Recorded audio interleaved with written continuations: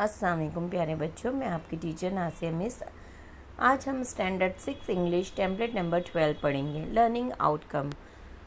Read for pleasure independently English story books, news, headlines, advertisement etcetera without difficulty. Read silently with comprehension. Write event in logical order. Reads announcements in a clear audible voice with proper punctuation. यहाँ पर देखो, जब आप ये कर लोगे तो आप अपनी दिलचस्पी के लिए इंग्लिश की कहानी पढ़ सकते हो, न्यूज़पेपर पढ़ सकते हो, न्यूज़पेपर या किसी चीज़ की हेडलाइन पढ़ सकते हो बिना किसी मुश्किल के। आप खामोश मुताला भी कर सकते हो। किसी भी जो मौका है, किसी भी इवेंट से रिलेटेड जो सेंटेंसेस है उसको सही ऑर्डर में मरहलेवार लगा सकते हो और आप प्रॉपर पंक्चुएशन के साथ सही पंक्चुएशन का इस्तेमाल करते हुए जुमलों को पढ़ सकोगे। Instruction for teacher, parents and facilitators. Ask student to observe the picture. बच्चों को तस्वीर का मुशाहिदा करने कहना है। Ask student to match pictures and relate phrases to it. आपको तस्वीर और उससे जुड़े हुए जो फ्रेज़ हैं उनकी जोड़ियाँ लगानी आनी चाहिए। Give demo to correct reading for the phrases. आपको हम फ्रेजेस के लिए सही तरीके से पढ़ने का तरीका भी बता देंगे। Instruction for student. बच्चों, ये आपके लिए। Ask student to read the phrase and observe the picture carefully. आपको फ्रेज़ जो दिए हुए जुमले हैं वो पढ़ने हैं और तस्वीर को बगौर देखना है, उसका मुशाहिदा करना है। Ask student to copy the phrases in their notebook. और आपको उन फ्रेजेस को अपने कॉपी में लिखना है। Ask student to match the phrase and the related pictures to it. और आपको तस्वीर और उससे रिलेटेड फ्रेज़ों की जोड़ी भी बनानी है। चलिए हम आगे देखते हैं learning activity. Lots of things together. Read aloud and copy them phrases in your notebook. आपको उसको अच्छे से पढ़ना है, इन तस्वीरों को, और उसके नीचे जो फ्रेजेस लिखे। A flight of birds. देखो, अलग अलग जो चीज़ों के ग्रोह रहते हैं उनका नाम अलग होता है। जैसे अगर परिंदे हैं तो हम उर्दू में परिंदों का गौल कहते हैं, तो उसके लिए हम इंग्लिश में फ्लाइट ऑफ बर्ड कहते हैं, यानी परिंदों का झुंड, फ्लाइट। अ फ्लॉक ऑफ ग्रीज। इसी तरह जो हंसों का रहता है वो भी एक से ज़्यादा रहेंगी, मजमा रहेगा तो उसको हम इंग्लिश में फ्लॉक कहते हैं, यानी बहुत एक से ज़्यादा गीज़ यानी हंस, एक से ज़्यादा हंस। A flock of geese. A flock of sheep. रेवड़ जिसको हम कहते हैं, जानवरों का रेवड़ है, तो उसके लिए इंग्लिश में फ्लॉक वर्ड आता है। फ्लॉक ऑफ शिप, ये शिप का भी फ्लॉक कहलाता है।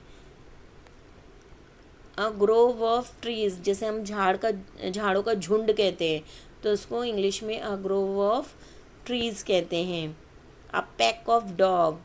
और जब कुत्ते एक से ज़्यादा रहेंगे तो उनका पैक कहलाएगा, pack of dog. Swarm of बीज, यानी मक्खियों का भी झुंड, बीज यानी मक्खी। अ कॉलोनी ऑफ एंट। एंट अगर एक से ज़्यादा रहेगी, बहुत ज़्यादा है तादाद में, तो उनकी कॉलोनी कहा जाता है। A herd of cattle. Cattle मतलब मवेशी, तो मवेशियों का जो रहता है ग्रुप ज़्यादा रहते हैं तो उनको हर्ड कहा जाता है। A group of children. अगर बच्चे एक से ज़्यादा है तो ग्रुप कहलाते हैं। अगर किसी गेम के लिए प्लेयर एक से ज़्यादा है तो वो टीम कहलाती है, a team of players. A crowd of people, और लोगों की भीड़ रहती है इसलिए उसको क्राउड कहेंगे, a crowd of people. A bundle of cloth. कपड़ों का हम गट्ठा बनाते हैं तो बंडल। लकड़ियों का भी हम गट्ठा बनाते हैं तो अ बंडल ऑफ स्टिक्स। फूलों का गुच्छा होता है तो अ बंच ऑफ फ्लावर। चाबियों का गुच्छा होता है तो अ बंच ऑफ की। अंगूरों का भी गुच्छा होता है तो अ बंच ऑफ ग्रेप्स। इस तरह हमको समझना है कि अलग अलग एक से ज़्यादा लोगों के लिए इंग्लिश में कौन सा वर्ड यूज़ होता है। Solve activity, right the phrases given in the activity and read the phrases again and again. आपको ये बार बार पढ़ना है ताकि आपको याद हो जाए कि बर्ड अगर एक से ज़्यादा है तो उनकी फ़्लाइट कहलाएगी, अगर हंस एक से ज़्यादा है तो वो फ्लॉक कहलाएंगे, अगर ट्रीज़ एक से ज़्यादा है तो उसको ग्रूव कहलाएंगे। इस तरह आपको ये याद करना है, उसकी बार बार मश्क करनी है। Practice activity, search the phrases from text book and right in your notebook. इस तरह के और जो एक से ज़्यादा लोगों के लिए जो चीज़ें इस्तेमाल की जाती है वो हमको पढ़ना है और उनको याद करना है। Read those phrases with proper pronunciation and stress, उसको सही अलकाब से पढ़ना है। Extension activity, ask the student to collect such type of words and phrases. इसी तरह आपको और जो ग्रुप्स होते हैं उन्हें क्या कहा जाता है वो ढूंढना है और उनकी तस्वीर अगर मिलती है तो लगाना है, और साथ ही साथ उसके नीचे उस ग्रुप को इंग्लिश में क्या कहा जाता है वो आपको लिखना है। मैं इसके साथ आप एक वीडियो लिंक कर दूँगी, आप उसको देखेंगे तो आपको समझ में आ जाएगा। ठीक है, अल्लाह हाफिज़। Hi my little friends, today we will learn about the collective nouns. Collective nouns are a group of people, animals or things.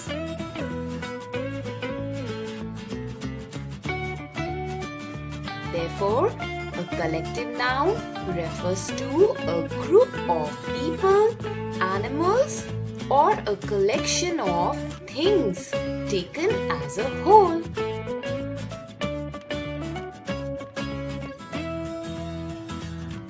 Let's take a few examples.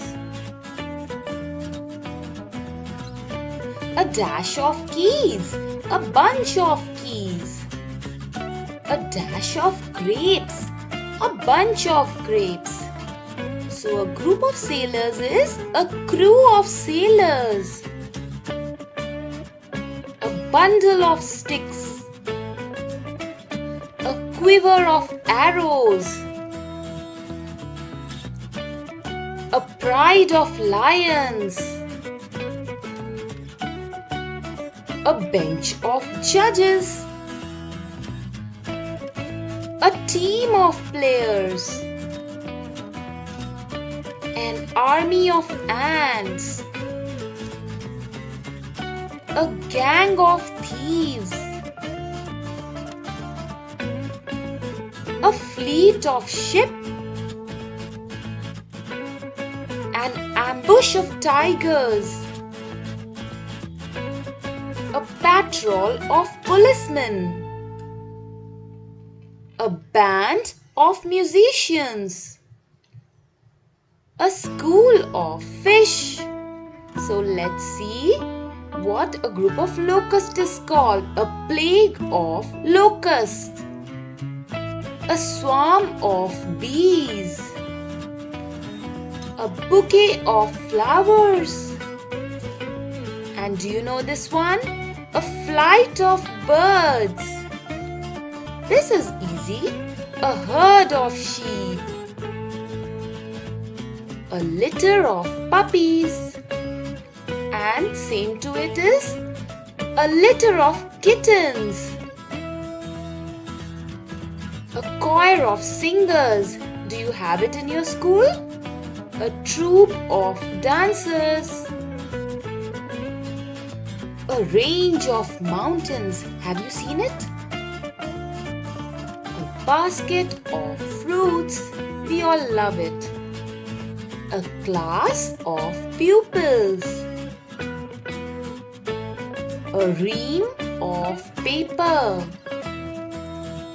a deck of cards, a pile of money, a bowl of rice, a herd of cows, a packet of chips, a pack of wolves, A string of beads. A library of books. A caravan of travelers. A troop of monkeys. A herd of cattle. A herd of bison. A mob of kangaroos. A gang of elk. A herd of antelope. A pack of wolves. A covey of pheasants. A wake of vultures. Now let's revise. A troop of dancers. A bunch of grapes. A team of players.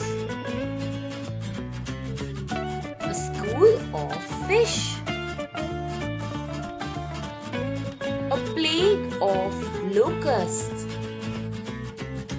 A bunch of